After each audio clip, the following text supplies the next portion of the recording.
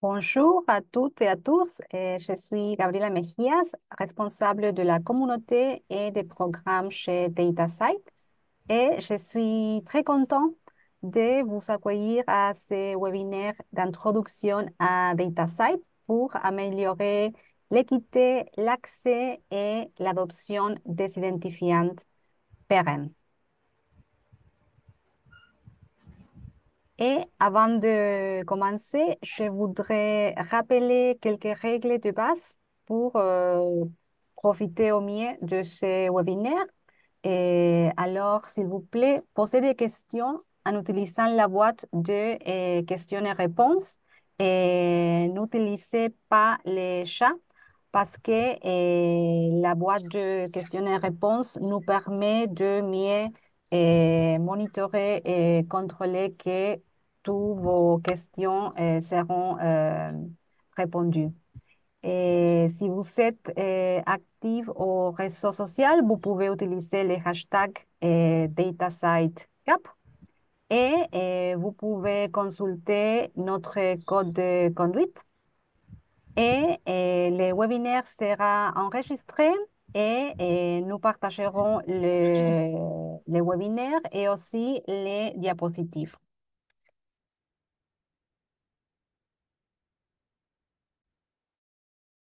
Et ce webinaire fait partie des activités du programme ambassadeur de DataSite.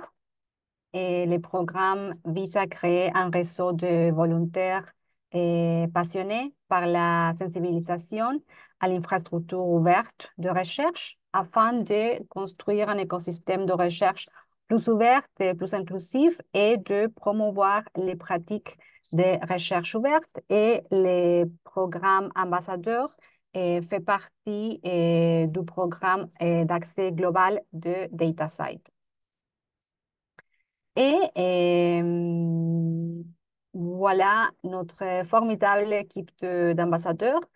Actuellement, nous avons 3 ambassadeurs en Afrique, 2 en Asie et 2 au Moyen-Orient. Et nous avons un ambassadeur en Amérique latine et nous cherchons encore une ambassadrice ou un ambassadeur en Amérique latine. Et nous remercions énormément Cécile et Chokri pour leur effort en organiser et en diffuser ces webinaires. Et nous avons un programme très intéressant et très complet pour vous. Nous entendrons les présentations de Cécile Koulibaly. Elle est coordinatrice du référentiel national de Côte d'Ivoire à l'Université virtuelle de Côte d'Ivoire et aussi ambassadrice DataSite en Côte d'Ivoire. Chokri Ben Romdan, il est analyste senior en informatique et au Centre national universitaire de la documentation scientifique et technique et aussi ambassadeur DataSite en Tunisie. Et Fadoua El Maghiri, elle est chef du département d'ingénierie documentaire au Centre national de la recherche scientifique et technique au Maroc. Et maintenant, je passe la parole à ma collègue Cécile qui va commencer. Et Cécile, la parole est à toi. Merci Gabriela. Ok, je vais partager mon écran. Voilà. Bon, j'arrive pas à partager mon écran. Gérard, est-ce que tu peux te déconnecter? Je vois ton sigle pour que je partage mon écran, s'il te plaît. Oui, j'ai arrêté Voilà, de merci. partager. Oh, Gabriela, pardon. Ok, merci. Ok. Ok, c'est bon? Vous voyez mon écran? Merci. Oui. Alors, bonsoir à tous. Avant de commencer, je voulais dire merci rapidement à DataSite d'avoir associé la Côte d'Ivoire à cette première phase du projet DataSite et également d'avoir associé ma pauvre personne en tant qu'ambassadeur à ce programme.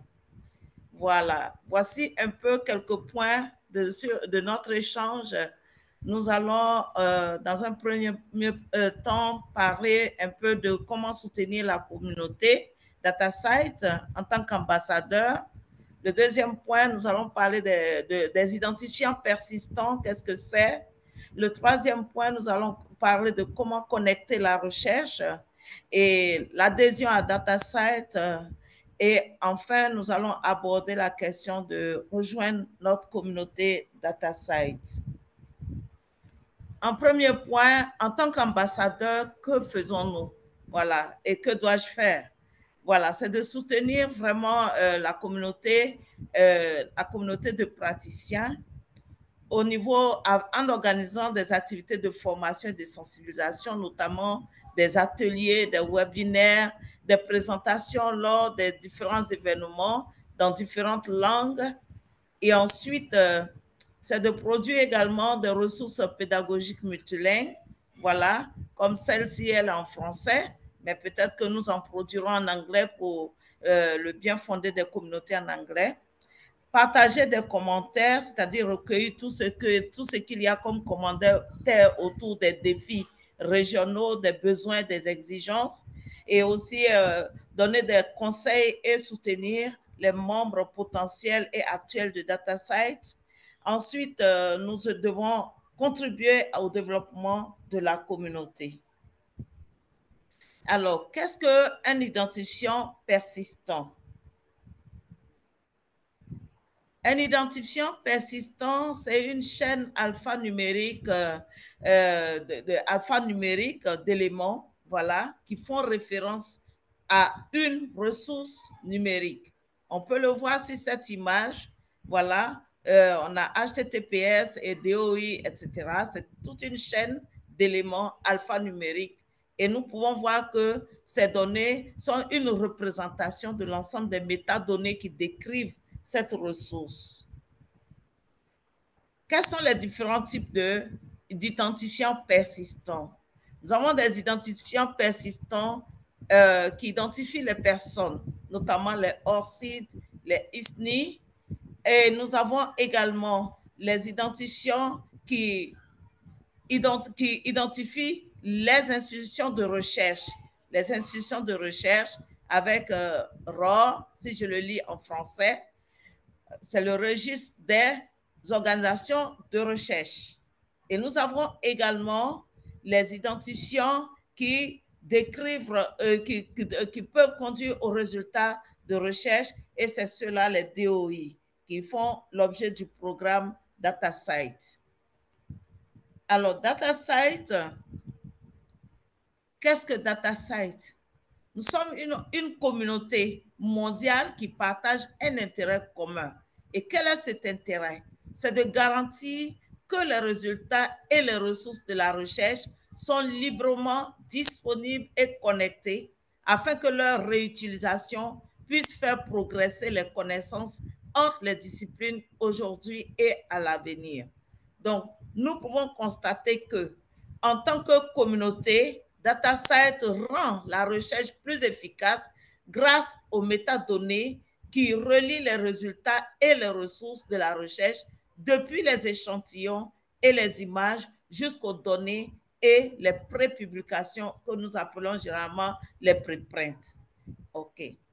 Donc, DataSite est surtout, il faut retenir, DataSite est une organisation à but non lucratif enregistrée en Allemagne depuis 2009. Voici un peu un tour d'horizon de la communauté en ce moment, mais qui évolue très rapidement. Au jour d'aujourd'hui, on compte plus de 3000 référentiels de données avec DataSite dans 52 pays comme pays de provenance, et plus de 55 millions de DOI déjà attribués, et ensuite 1400, plus de 1400 organisations. Alors, quels sont les différents types de résultats qu'on retrouve au niveau de DataSite, résultats de recherche? Les DOI DataSite conviennent à un large éventail de résultats de recherche. Et les DOI nous permettent de rechercher des ensembles de données et des collections, des flux de travail, des logiciels, des images et des modèles. Également, la littérature grise, telle que les thèses, les mémoires, les rapports, les documents de conférences non publiés, les bulletins d'information, les articles de revue, les préprints, voilà, les normes éthiques et les spécifications. Vraiment, c'est un large éventail de données que DataSite permet de rechercher et retrouver au niveau mondial. Nous pouvons voir quelques chiffres ici de types de ressources déjà visibles, accessibles à partir de DataSite, les bases de données, plus de 16 millions de bases de données, les objets physiques, plus de 14 millions, les textes, plus de 11 millions, les images, plus de 4 millions, et autres types de documents, plus de 2 millions, et les articles de revues scientifiques, de 1 million et quelques, les préprints, les prépublications, 1 million et quelques, les logiciels. C'est tout cet ensemble de données que nous pouvons découvrir, retrouver à partir des DOI avec DataSite, dans DataSite Fabrica. Alors, ce n'est que la précision. Il y a les DOI peuvent s'attribuer au niveau des ensembles de données. Voilà. Ils peuvent également être attribués au rapport. Voilà. Vous voyez une image qui montre que on peut répertorier les rapports de projets de recherche, les rapports d'institutions de recherche, etc. On peut véritablement publier avec attribuer des DOI pour rendre visible toute cette documentation que nous appelons généralement la littérature grise. Également, les thèses et mémoires qui font partie de la littérature grise dont je viens de parler. Et il est important qu'au niveau de nos référentiels institutionnels et nationaux, on puisse attribuer les DOI pour donner une plus large visibilité, une grande visibilité à cette littérature grise, notamment les thèses et mémoires. Également les logiciels. Voilà, aujourd'hui, il est possible, il est exigé d'ailleurs de rendre les logiciels, la documentation qui accompagne les logiciels créés très visible et on peut y attribuer des DOI. Voilà. Il y a les DOI également pour les images, les figures, etc. Alors, qu'est-ce que les DOI aident à faire exactement? Après tout ce que les chiffres que nous avons montrés, on peut se rendre compte que les DOI aident à améliorer la visibilité et la découvrabilité des documents. Ils aident aussi des documents, tout ce que nous venons de citer. Ils aident aussi à améliorer l'accessibilité de vos résultats, à rendre également vos ensembles de données de recherche faciles à trouver, accessibles, interopérables et réutilisables. C'est le principe FAIR. Et c'est vers ces principes-là que nous devons tous converger, les adopter pour rendre nos données visibles, accessibles et retrouvables. Ils aident également à obtenir la reconnaissance de tous vos résultats de recherche au-delà des articles de revue. On était plus ou moins habitué aux articles scientifiques, aux livres, mais avec les théories, on peut attribuer, on peut donner de la visibilité aux autres types de documents et accroître ainsi le nombre de citations et relier nos résultats de recherche à nos ressources et à l'écosystème, surtout à l'écosystème global de la recherche, rendre visibles ces résultats de recherche dans ce écosystème global.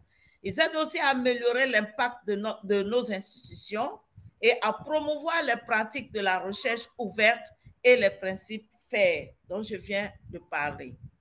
Alors, comment connecter la recherche? Excusez-moi, Voilà. Cécile. Oui. Quelqu'un demande si tu peux masquer le cadre d'information dans ton écran. Merci. Le cadre d'information, c'est-à-dire? Et nous voyons un message qui dit votre écran est partagé par le biais de l'application Zoom. Et si vous pouvez, oui, masquer. Bon. Là, je suis en mode présentation. Bon, je ne sais Pas, pas. pas de problème. Est-ce que c'est visible ou l'écran n'est pas visible? Là, je ne comprends pas. Oui, Parce que l'écran, je ne vois c'est... pas le message. Ah, pas de problème. Non, c'est bien.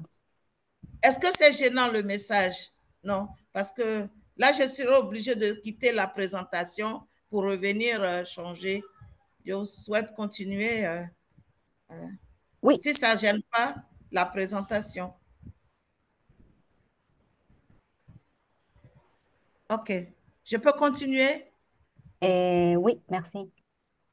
Merci, Gabriela. Alors, rechercher et connecter des recherches.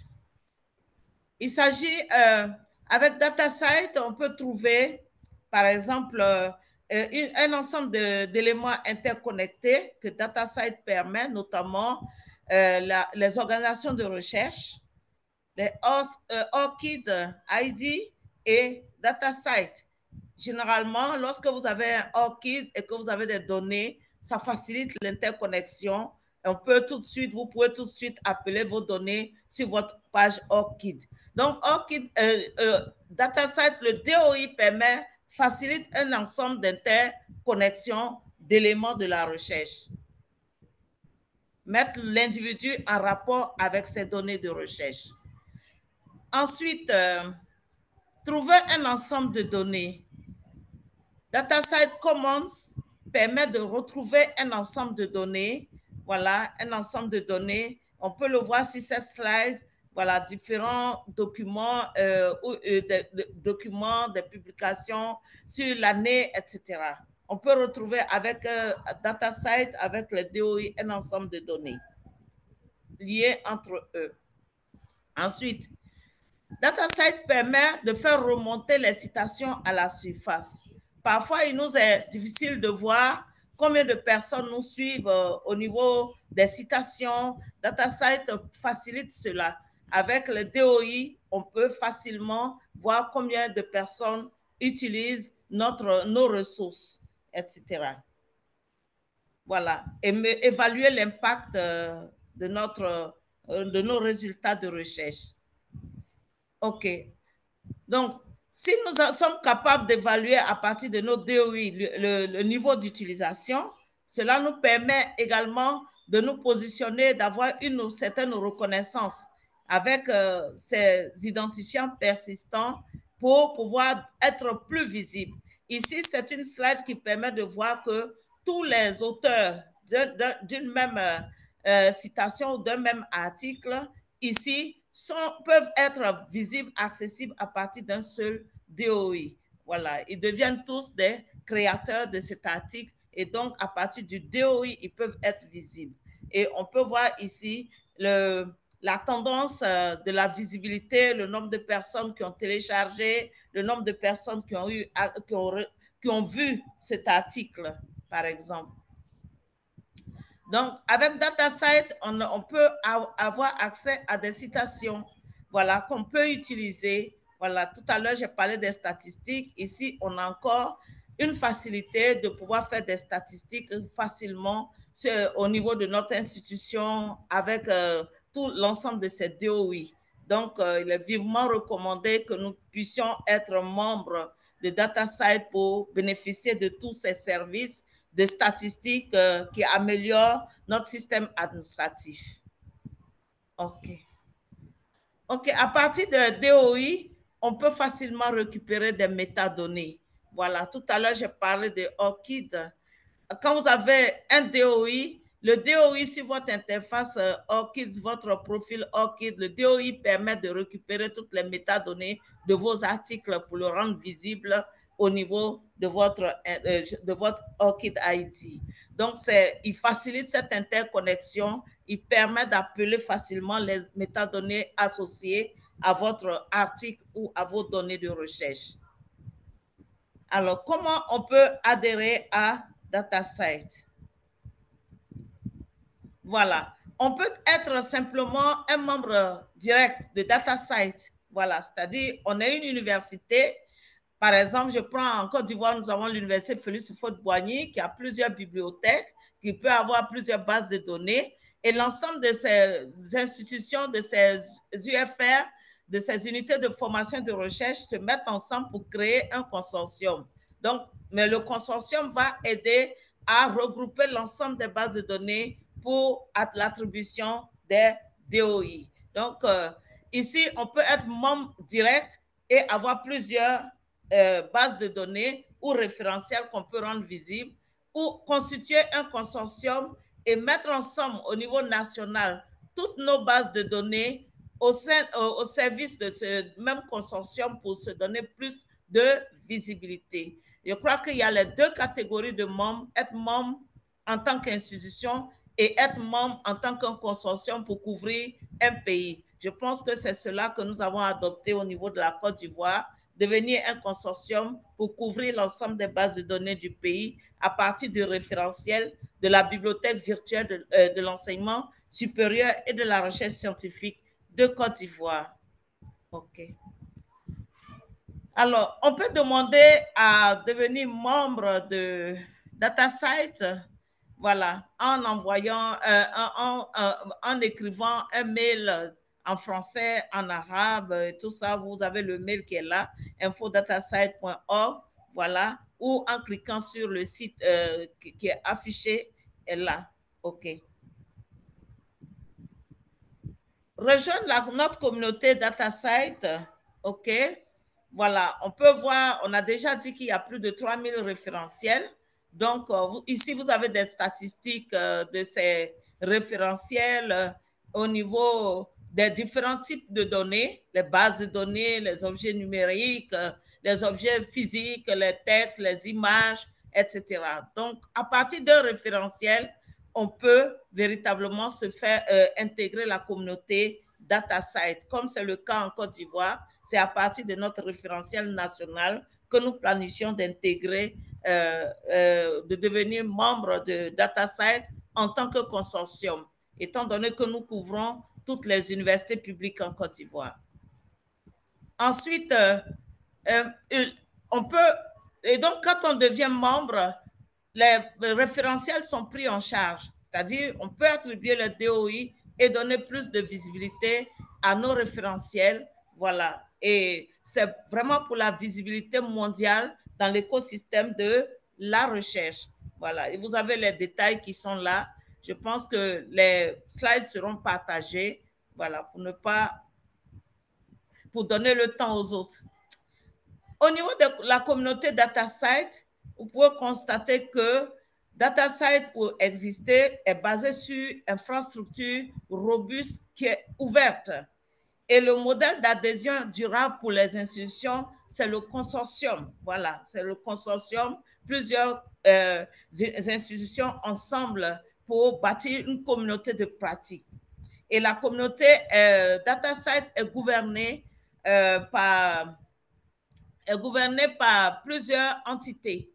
Voilà, on peut voir qu'il y a le groupe directeur sur l'engagement communautaire, il y a le groupe directeur des services et technologies, il y a le groupe des experts régionaux, il y a le groupe de travail sur les métadonnées. Également, on peut participer aux activités, voilà, communautaires. Pour participer aux activités communautaires, voici les activités auxquelles nous pouvons participer. Les réunions annuelles, voilà, DataSite Connect, et puis les sessions de formation des membres comme celle-ci, les webinaires, et puis il y a une autre session qu'on appelle Heure ouverte qui a lieu tous les 2 mois, et les webinaires comme celui-ci. OK. Alors, merci pour votre attention. Voici une belle image de la communauté DataSite que vous avez à droite de votre écran. Je vous remercie pour votre attention.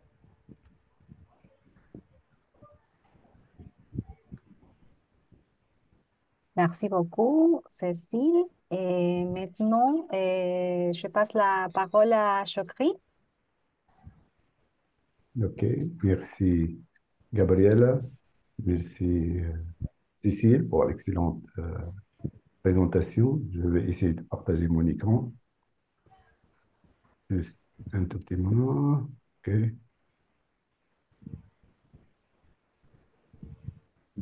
Ok.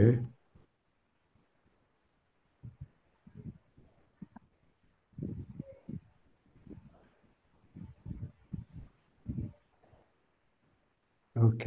Est-ce que vous voyez mon écran? Oui, OK, merci beaucoup. Donc, mon nom, c'est Shukri Bromdan. I'm an IT senior analyst at CNUS.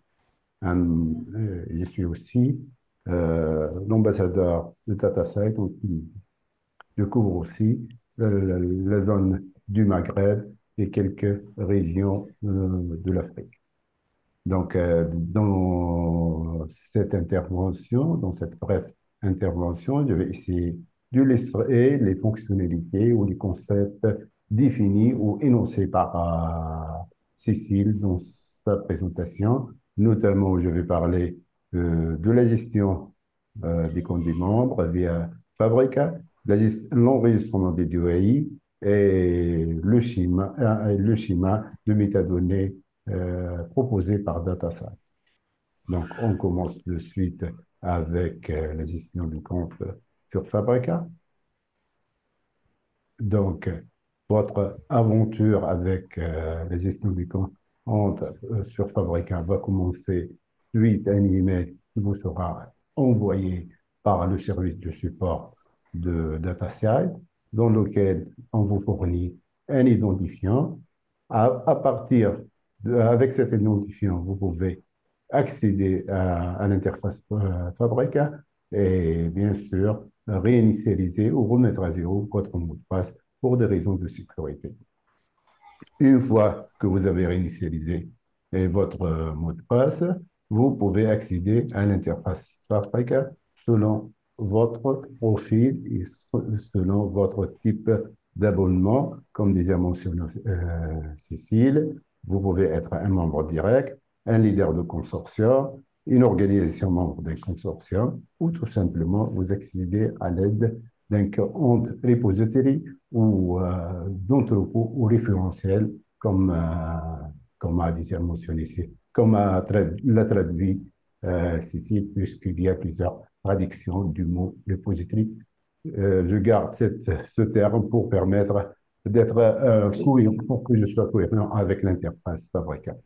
Donc, comme je l'ai expliqué, donc, vos permissions vont de soi, ils vont être cohérents avec le type d'abonnement que vous avez. Dans cette image-écran, vous voyez un tableau de bord d'une organisation membre d'un consortium dans Fabrica. Donc, si vous êtes un membre d'une organisation, d'un consortium, donc, vous allez avoir, vous allez, vous aurez droit à un tableau de bord similaire.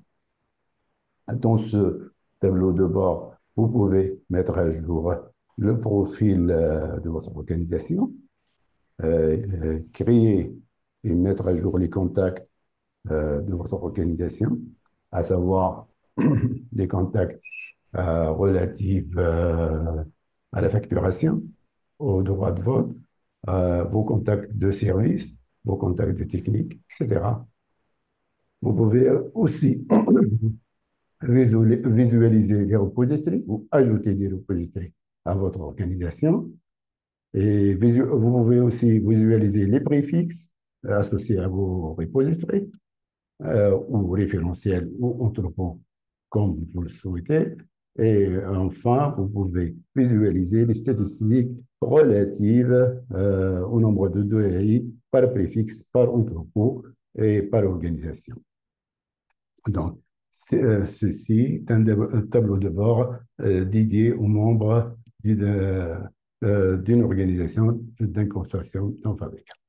Si par contre, vous allez accéder avec un compte de repository ou compte entrepôt de référentiel, vous aurez droit vous allez accéder à un tableau de bord similaire, un tableau de bord similaire dans lequel vous pouvez mettre à jour vos informations d'entrepôt, gérer, créer et mettre à jour vos données et leurs métadata respectifs, mais aussi vous pouvez récupérer les préfixes assignés à l'entrepôt. Donc, le tableau, vous pouvez, juste pour vous dire et mettre l'accent, que la création et la gestion des DAI se fait exclusivement via un compte d'entrepôt et non pas via le compte d'organisation. Donc, si vous souhaitez ajouter ou gérer vos DAI, vous devez accéder à Fabrica en faisant usage de votre compte d'entrepôt. Bien sûr, toutes ces fonctionnalités et, et- et ces ces composants sont détaillés largement sont largement détaillés sont largement détaillés au niveau de la documentation de Fabrica sur le site web de DataSite, moyennant le Fabrica User Guide. Bien sûr, il y a aussi le Fabrica FAQ qui fournit des réponses rapides pour les questions fréquentes. OK? En parallèle du compte dit de production, DataSite vous fournit aussi un compte de test. C'est un environnement de test qui est totalement séparé de l'environnement de production et il sera utile pour créer, il vous sera utile pour que vous puissiez créer et tester vos premiers DEI et aussi pour utiliser, tester les REST API fournis par DataSite. Vous pouvez noter que la seule différence entre les deux environnements, c'est ce préfixe de test qui est ajouté au tenant du nom de domaine euh, de l'interface test. Donc, il y a deux environnements. L'un est dit de production, dans lequel l'ensemble des UI que vous créez seront visibles au large public. Il y a un autre environnement test qui vous sera utile pour tester les différentes fonctionnalités offertes par Fabrica et par les données, et dont les données ne seront visibles qu'aux membres de l'organisation. Bien sûr, aussi, une large documentation technique est disponible sur le site web et il y a aussi les tests fréquents qui mettent l'accent sur la différence entre les environnements de test et de production. On passe à l'enregistrement des données. Finalement, toute cette infrastructure ou cet outil est utile pour l'enregistrement des données. DataSite met trois moyens pour enregistrer un données. L'interface web de Fabrica qui fournit en soi deux options pour enregistrer des données. L'option la plus facile et pour ceux qui n'ont pas des connaissances techniques, et bien sûr le formulaire de WAI, qui consiste à remplir un formulaire avec quelques données obligatoires, telles que le dossier en soi, l'état, le titre, l'auteur, et le publisher et les types de ressources. Donc, avec ces informations minimes, vous pouvez enregistrer votre DAI via le formulaire de création de DAI. L'autre option fournie par Fabrica est le file upload. Ceci consacré aux gens, aux individus qui ont des connaissances particulières en XML. Ils vous permettent de charger les métadonnées en format XML via le file upload. Le deuxième moyen fourni pour enregistrer le DAI, c'est l'usage de l'API. Ceci est exclusivement consacré aux développeurs qui souhaitent assurer l'intégration des métadonnées avec d'autres systèmes. L'usage de l'API n'est pas bien sûr recommandé pour le nouveau utilisateur et un guide détaillé sur l'usage de l'API est disponible, qui vous permet de voir les différentes fonctions et les différentes méthodes proposées par les différents API fournis par DataStack. Avec ces deux options ou deux moyens, il y a un troisième qui consiste à sous-traiter l'enregistrement de vos données chez un bureau d'enregistrement. Il y a des bureaux d'enregistrement accrédités qui vous permettent de se détacher de la fonction d'enregistrer vos données, qui sont généralement des éditeurs, des référentiels et d'autres types d'entreprises et de firmes. Vous pouvez trouver la liste euh, exhaustive de ces bureaux d'enregistrement accrédités dans notre site, dans le site de DataSite. OK. On passe à quelque chose de basique, c'est-à-dire pour mieux définir la notion de OAI et voir de quoi est composé un OAI. Un OAI est composé de deux parties. La première, on l'appelle préfixe, la deuxième, la suffixe. La première, c'est plutôt relative à l'entrepôt ou le référentiel ou le repository, comme vous pouvez l'appeler. La deuxième, c'est relative à l'objet en soi qui va être enregistré. Excusez-moi. Un préfixe d'OAI commence toujours par 10. Il se termine par un nombre qui peut être aléatoire ou bien ciblé. Le préfixe d'OAI est utilisé comme un nom d'espace. Ainsi, les DOAI sont globalement uniques. Chaque compte d'un entrepôt doit avoir un préfixe pour enregistrer des DOAI. C'est la raison pour laquelle la création et la gestion des DOAI se fait via un compte d'entrepôt et non pas un compte d'organisation ou d'un membre. Donc, ce que vous voyez en bleu, c'est bien le préfixe de DOAI qui commence par 10 et il y a un nombre aléatoire qui les suit. Le suffixe.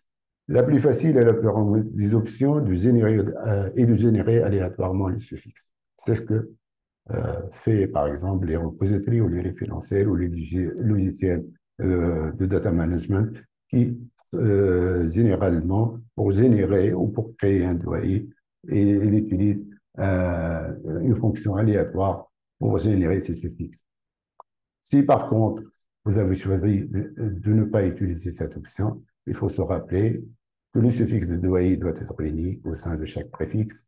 L'optimal est d'avoir un suffixe avec une longueur entre 6 et 10 caractères.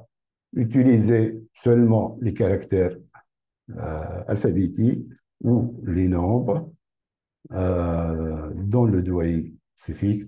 D'autres caractères peuvent avoir une spécification particulière ou considérés comme des caractères d'échappement, ce qui va nuire bien sûr à l'usage de votre suffixe. Les suffixes DOAI ne sont pas sensibles à la casse. Donc, il n'y a pas de différence entre les majuscules et les minuscules pour les suffixes. Il vaut mieux aussi éviter les informations lisibles à l'homme dans le suffixe DOAI, vu que les significations peuvent évoluer dans le temps. Pour plus de conseils, je vous fournir ce lien pour avoir plus de conseils sur la création et la gestion de suffixe. Donc, finalement, le suffixe dont on est en train de parler, c'est celui-là qui est en rouge. Comme je l'ai mentionné, ils peuvent être générés d'une manière aléatoire ou bien ils peuvent être générés selon un modèle ou un algorithme bien défini. Tout dépend de votre choix. OK? Après quoi, on va passer aux métadonnées. Donc, un schéma des métadonnées descriptives est généralement un outil qui met en relation les différentes entités et acteurs qui constituent la pièce maîtresse pour rendre les données citables, accessibles et findable.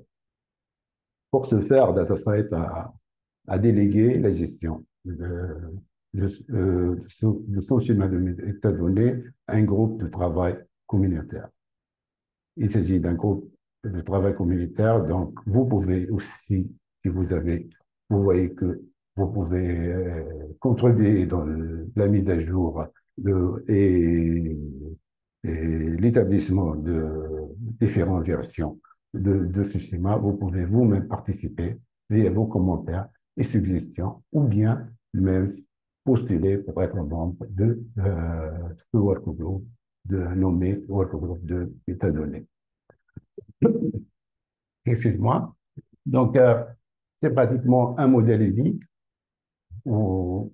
qui est généralement confié à la communauté. C'est la communauté qui décide qui va mettre à jour et comment mettre à jour ce schéma.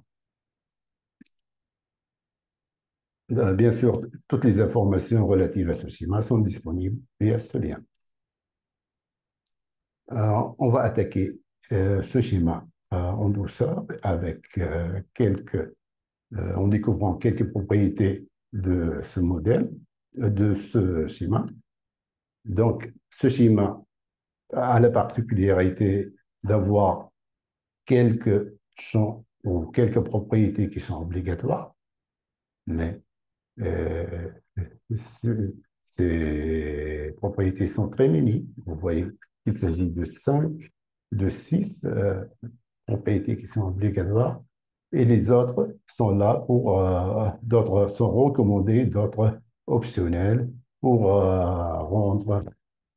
pour enrichir la qualité de vos données. Donc, si nous voyons les propriétés obligatoires, nous avons l'identifiant, c'est-à-dire le doyen en soi, l'auteur de la ressource ou de l'objet, le titre de la ressource, l'année de la publication et le type de ressource.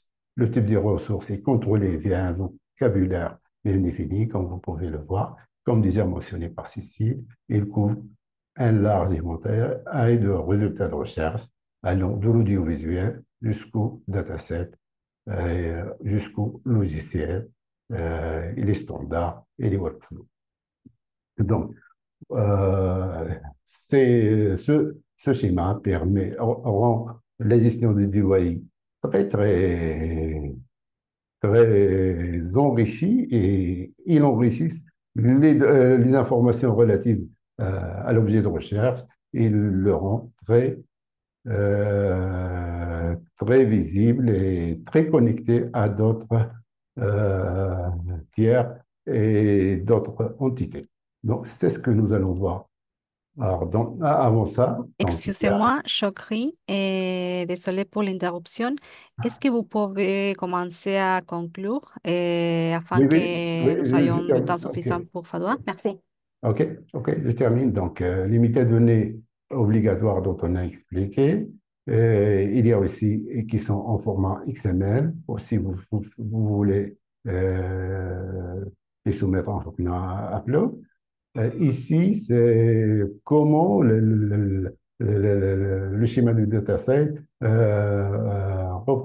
met en relation et connecte les différentes entités entre elles. Comme vous pouvez voir, un dataset est cité par un article, une personne comme auteur de ce dataset, une personne est affiliée à une institution finance un résultat de recherche, un dataset est créé et compilé par un logiciel. Vous voyez comment ce schéma et la richesse de ce schéma permet d'interconnecter les différents tiers et entités entre elles.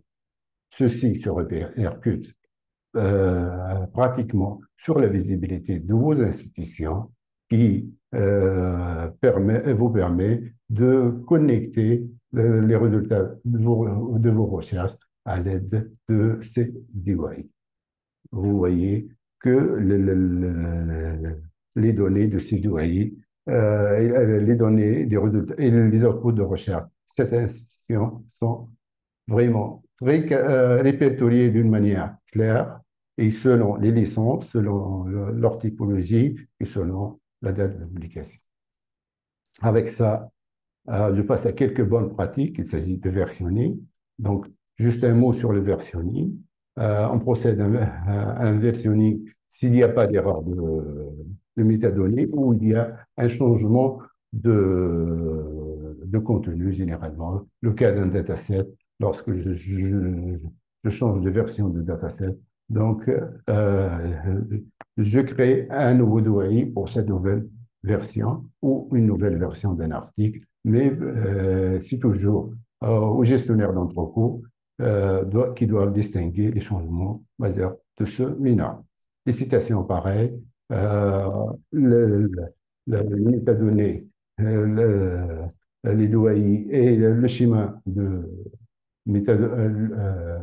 DataSite permet de répertorier aussi les données qui sont aussi importantes que les articles de publication. Paquet ressources, je vous laisse le soin de découvrir les différentes questions fréquentes qui sont disponibles dans la knowledge base de DataSite et d'autres ressources importantes qui sont disponibles sur le blog et sur la page Twitter de DataSite et le Pit Forum. Avec ça, j'achève ma présentation. Je vous remercie pour votre patience et je remercie aussi Gabriela pour sa patience. Je passe la parole à, aux collègues. Merci beaucoup. Merci beaucoup, Chokri. Et maintenant, Fadwa. Merci, Gabriela. Donc, je vais partager mon écran.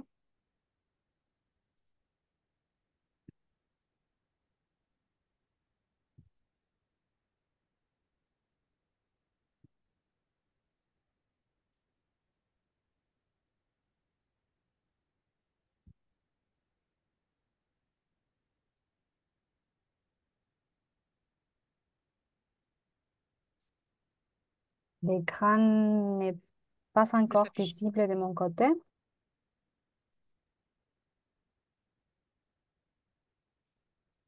OK. Euh,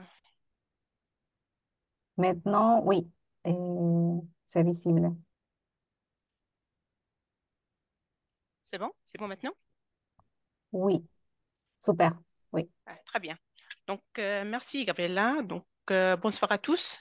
Je suis ravie de participer pour la première fois à ce webinaire de Tadacite. J'espère que ce ne sera pas la dernière fois. Donc, je tiens à remercier chaleureusement l'équipe de Tadacite pour leur invitation et pour cette opportunité précieuse de partager nos expériences sur l'utilisation des DOI. Donc, je me présente, je suis Fadwa El Maghiri et je suis la responsable du service ingénierie de commentaires au sein du CNRST Maroc, le Centre national pour la recherche scientifique et technique. Donc, quelques mots à propos du CNRST. Donc, le Centre national pour la recherche scientifique et technique est un opérateur national pour la promotion, le développement et la valorisation de la recherche scientifique et technique au Maroc. Il joue un rôle important dans le développement de l'infrastructure de recherche et dans la coordination des activités de recherche à l'échelle nationale, mais aussi à l'échelle internationale. Les missions du CNRST sont multiples et englobent divers aspects du soutien à la recherche, de la promotion de l'innovation et de la diffusion des connaissances. Et ses principaux objectifs, en fait, c'est qu'ils comprennent la promotion de la recherche. Le CNRST, il encourage et soutient les activités de recherche dans divers domaines scientifiques et techniques. Aussi, le CNRST investit dans l'infrastructure de la recherche et les équipements pour fournir aux chercheurs les ressources nécessaires à leurs travaux. Aussi, le CNRST œuvre pour la valorisation et la diffusion des résultats de la recherche afin de maximiser leur impact sur la société et aussi travailler sur leur visibilité à l'échelle nationale et internationale. Dans cette optique de gestion de recherche nationale, mais aussi de promotion de l'accès ouvert à la production scientifique marocaine, le CNRST il a mis en œuvre trois initiatives, trois référentiels électroniques d'ampleur nationale. Parmi ces référentiels, il y a le catalogue des thèses Toubral, c'est le catalogue des thèses et mémoires. Donc, le CNRST a lancé ce catalogue en 2007. C'est un catalogue qui a pour objectif de rassembler et de rendre accessibles toutes les thèses soutenues au Maroc. Et ce catalogue en ligne, il offre une plateforme centralisée pour la consultation des thèses de doctorat et en facilitant l'accès à la production académique nationale. Donc, sur ce catalogue, il y a presque 24 000 notices de thèse, dont à peu près 14 000 en texte intégral. En plus de recenser les thèses soutenues, donc le CNRST a mis en place le catalogue des thèses en cours au Trohati, on l'appelle au Trohati, et il a été lancé en 2008. Et ce catalogue, il permet de signaler les thèses en cours de préparation à travers le pays. Donc, cela offre une visibilité sur les projets de recherche en cours et encourage la collaboration entre les chercheurs. Le CNRST a également lancé le portail des revues scientifiques marocaines. Ce portail, c'est le premier portail d'édition électronique au Maroc. C'est un projet ambitieux, vise à regrouper, à promouvoir les revues scientifiques marocaines. Ce portail offre un accès centralisé aux revues académiques marocaines dont l'objectif est de renforcer leur visibilité et leur compétitivité à l'échelle nationale, mais aussi à l'échelle internationale et aussi renforcer leur impact. Donc, dans le cadre de cette stratégie qui vise à renforcer la visibilité et l'accessibilité de la recherche nationale, le CNRST a établi un contrat, un partenariat avec DataSeed. DataSeed, qui est une organisation internationale reconnue pour son expertise dans l'attribution des DOI pour les ressources de recherche. Donc, en collaboration avec DataSeed, le CNRST s'assure d'adopter les normes internationales et respecter les standards en matière d'attribution de DOI. Donc, je tiens à signaler ici que le CNRST, sauf erreur de ma part, est le premier membre direct du DataSeed au niveau de l'Afrique du Nord. Alors, pourquoi l'attribution des DOI? Cécile a signalé tout à l'heure dans sa présentation, donc l'attribution des DOI, elle présente de nombreux avantages en général pour la communauté scientifique mondiale et en particulier aux chercheurs marocains. Donc en termes de visibilité, les DOI, elles permettent aux chercheurs de rendre leurs publications et leurs données plus visibles et facilement accessibles et identifiables à l'échelle mondiale. Les DOI ils garantissent aussi la pérennité d'accès aux publications scientifiques. Aussi, ils simplifient le partage et la collaboration entre chercheurs en permettant une référence précise et unique aux ressources de la recherche. En termes de crédibilité, ça renforce aussi la crédibilité de la recherche, en particulier la recherche marocaine sur la scène internationale. Les DOI contribuent aussi à mettre en œuvre les principes FAIR de plusieurs manières. Cécile a parlé de ça en détail, donc ça permet de rendre les publications scientifiques et les données de la recherche en général facilement identifiables. Aussi interopérable avec les différents systèmes et workflows de recherche. accessibles. Donc, les DOI permettent un accès direct aux ressources de recherche. Donc, ils fournissent un lien stable et pérenne vers ces ressources, mais aussi ça facilite la réutilisation et la validation des résultats de la recherche. Pour la mise en pratique de notre partenariat avec DataSite, donc le PRSM, le portail des revues scientifiques marocaines, a été désigné comme un projet pilote pour l'attribution des DOI. Pourquoi PRSM? C'est parce que ce portail, le portail des revues scientifiques marocaines, utilise la plateforme Open Journal System, OGS, donc ce qui offre une intégration directe avec DataSite. Il y a une passerelle entre les deux systèmes et cette connexion, elle permet une attribution simple, plus ou moins simple et un enregistrement facile des DOI pour chaque revue hébergée sur le portail. De plus, la migration, donc la migration vers la version 3. Donc, nous, avant, il y a 10 ans, donc on a travaillé sur la version OGS2. PRSM était sous la version d'OGS. À partir de janvier 2024, on a migré vers la version OGS3. Et cette version, elle permet des améliorations significatives dans l'affichage des DOI. Maintenant, pour chaque revue, il y a DOI qui est affiché dans les sommaires les sommaires des numéros directement et chose qui conduit à une meilleure visibilité et une meilleure accessibilité aux articles scientifiques de ces revues. Je vais juste signaler que sur le portail, il y a plus que 15 000 articles que pour les revues qui sont hébergées, parce que nous, sur le portail, il y a la majorité des revues qui sont hébergées et d'autres signalées. Donc, la différence hébergée sur nous, c'est les revues, leurs sites sont hébergés chez nous, dans les serveurs du CNRST. Les autres, ils ont leur propre site. On les signale dans le portail. Maintenant, comment fonctionne ce processus d'attribution des DOI dans notre organisation? Donc, Choukri, et aussi Cécile a parlé des DOI comme c'est un préfixe et un suffixe.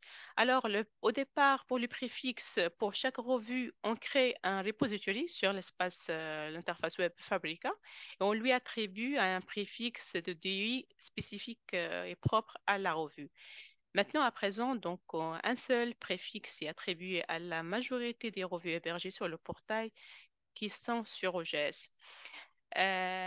Pourquoi ce changement? En fait, lorsque DataSite a modifié sa politique d'attribution des préfixes, nous avons opté pour l'utilisation d'un seul préfixe pour la majorité des revues hébergées sur le portail. Et cela a permis de faciliter davantage le processus d'attribution des DOI parce qu'on n'a plus besoin de créer un repository pour chaque revue. Et donc, on utilise le même préfixe et le même compte login et mot de passe pour une bonne partie des revues. Pour le suffixe du DOI, donc on le personnalise. On ne le laisse pas aléatoire comme a signalé Choukri tout à l'heure. Nous, on personnalise le DOI de chaque article. Cette conception personnalisée prend en considération l'organisation et le mode de publication de chaque revue. Donc, le suffixe est configuré pour inclure des éléments tels que le volume de la revue, le numéro de la revue et l'identifiant de l'article, bien sûr, mais aussi le nom et l'abréviation de la revue. Donc, sur l'écran, vous voyez un exemple de DOI. Donc, en bleu ici, il y a le préfixe qui commence par 10. Ça, c'est le préfixe. Et celui-là, c'est le suffixe. Donc, ça, c'est un DOI d'un article, d'une revue. Nous, le suffixe, donc on commence toujours par les référentiels. Donc, on signale le portail des revues scientifiques marocaines, l'abréviation CPRSM. Après, on met le nom de la revue, donc, ou bien l'abréviation. Dans ce cas, c'est GSIC. Après, le volume. Donc, dans ce cas, c'est le volume 1. Après, le numéro 1 et l'identifiant de l'article. Cette conception, elle permet une identification unique et précise de chaque article au sein de sa revue respective. Et c'est comme une sorte de citation en fait.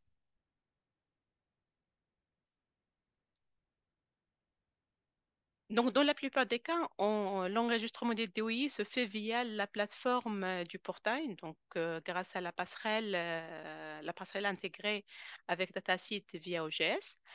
Maintenant, il y a des cas, donc bien sûr, dans ce cas, il y a des plugins à activer, il y a des paramètres à introduire pour chaque revue, mais pour les revues que n'utilisons pas OGS, donc deux méthodes sont disponibles pour l'attribution et l'enregistrement des DOI.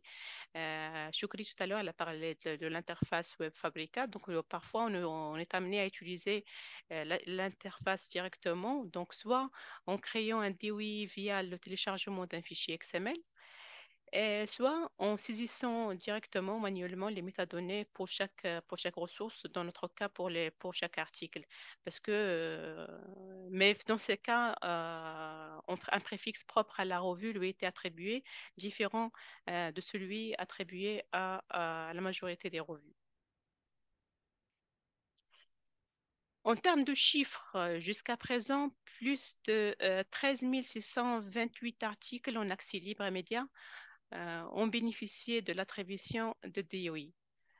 Notre collaboration avec DataSeed a débuté en 2020. Donc, au cours de cette année, il y a presque 5 374 DOI ont été attribués.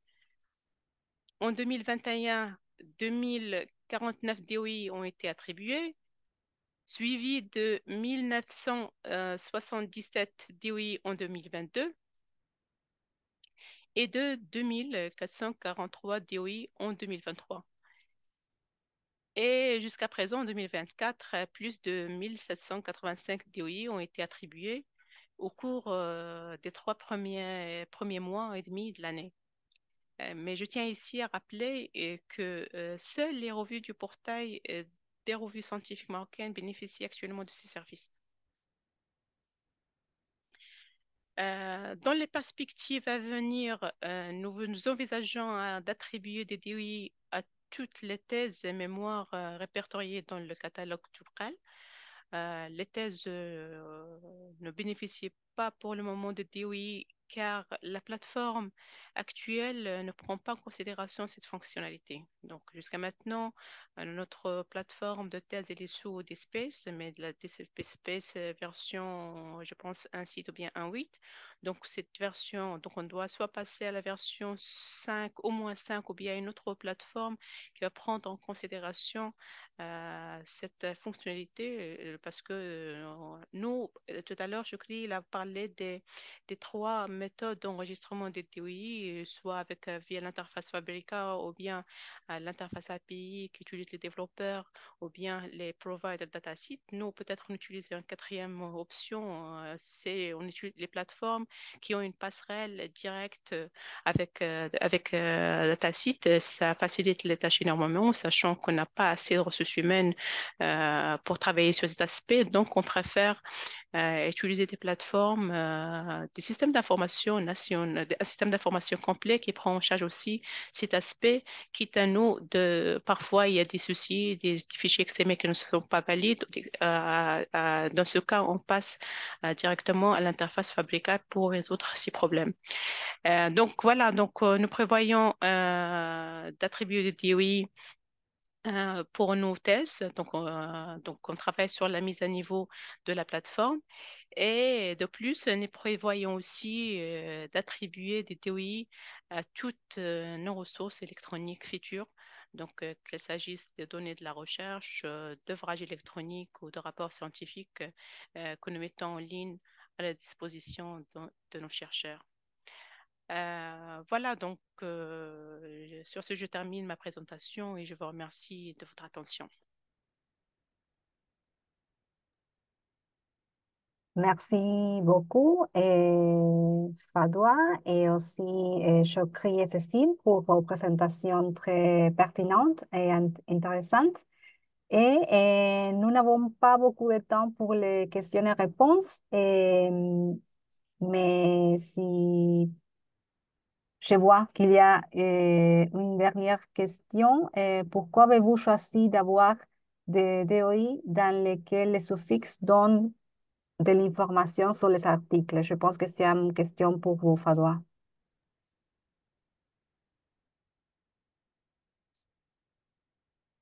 Voilà, parce que justement, enfin, le DataSeed ou bien les DOI nous donnent la possibilité de personnaliser nos suffixes. Donc, c'est pour ça, c'était une réflexion d'équipe où on s'est dit pourquoi pas on le personnalise de telle façon, on le fait comme une sorte de citation de l'article. Sauf inconvénient, je pense que c'est une bonne chose. Sauf si c'est pas recommandé, ça c'est autre chose. Merci beaucoup. Et il y a encore une question concernant l'institution marocaine. Je pense que c'est aussi une question pour vous, et Fadwa.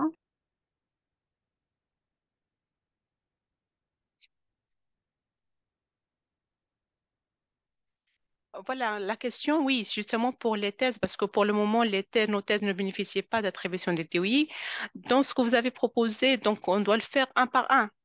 Donc maintenant, si on utilise des plateformes, par exemple OGS pour les revues, peut-être Dispace, au moins la version 5 ou bien d'autres plateformes, on peut attribuer des DOI par lot. Donc ça facilite la tâche énormément. Donc, mais effectivement, ça reste une option. Voilà, donc il y avait une autre remarque, c'est que je ne sais pas si on peut le faire sous Fabrica par lot. Justement, c'était une question parce que je pense que sous Fabrica, soit on utilise un par un ou bien on saisit manuellement. Donc, je ne pense pas qu'on ait la possibilité de Oui, télécharger un XML, un fichier XML pour plus d'un document. oui, on peut le faire avec l'API, c'est sûr, Oui, via l'API. On peut le faire via l'API, justement, via l'interface l'API. API. Donc, on peut intégrer plusieurs notices ou métadonnées ensemble et créer des DOI en masse. Juste pour revenir à une question de Bassem, sur laquelle, pour moi, elle est très importante, la question relative à l'émigration d'un compte à un autre, d'un compte membre à un autre. Euh, D'après ce que je sais, moi, les comptes, les DOI sont associés à des repositories. Et un membre peut avoir un ou plusieurs repositories, comme c'est le cas d'une organisation. Donc, comme vous le voyez, c'est directement attaché à un membership ou membre ou à l'organisation, c'est-à-dire le repository ou l'entrepôt est toujours associé à un membre bien déterminé. Je ne sais pas si on peut migrer la totalité des entrepôts d'un membre à un autre, Oui, c'est d'un client possible. à un autre. OK. Donc, vous avez la réponse, cher Bassem. Super. Merci beaucoup, Fadwa et Chokri. Et Cécile, quelqu'un a demandé sur le consortium DataSite au Côte d'Ivoire. Est-ce que vous pouvez nous en parler plus de votre OK. projet? OK. Merci, Gabriela. Je pense qu'il y a plus d'un an, nous avons découvert l'intérêt d'attribuer des DOI aux données dans notre référentiel national, la Bibliothèque virtuelle de l'enseignement supérieur et de la recherche scientifique de Côte d'Ivoire. Et également, nous réfléchissons encore comment intégrer aussi les revues locales dans notre projet. Et donc, il va sans dire que nous allons directement vers la construction d'un consortium. Nous sommes en phase de lancement, en phase de sensibilisation et de plaidoyer pour que les données de la recherche soient plus visibles, plus accessibles et plus citées à travers le monde de la recherche. Et quand on dit que l'Afrique francophone est peu faiblement représentée, je pense qu'il y a les identifiants qui manquent à nos données dans nos référentiels. Et nous encourageons tous ceux qui nous écoutent en ce moment et même ceux qui peuvent reporter l'information à nous aider à faire ce plaidoyer pour que le consortium soit bâti avec toutes les institutions publiques, universitaires de recherche publique en Côte d'Ivoire. Merci. Merci beaucoup et à tous pour avoir participé à ce webinaire et je remercie énormément à nos présentateurs Cécile, Fadwa et Chokri. Et si vous avez des questions concernant l'adhésion, les métadonnées, les DOI, vous pouvez toujours nous contacter à l'adresse email dans le chat et nous espérons de vous revoir à bientôt. Merci beaucoup.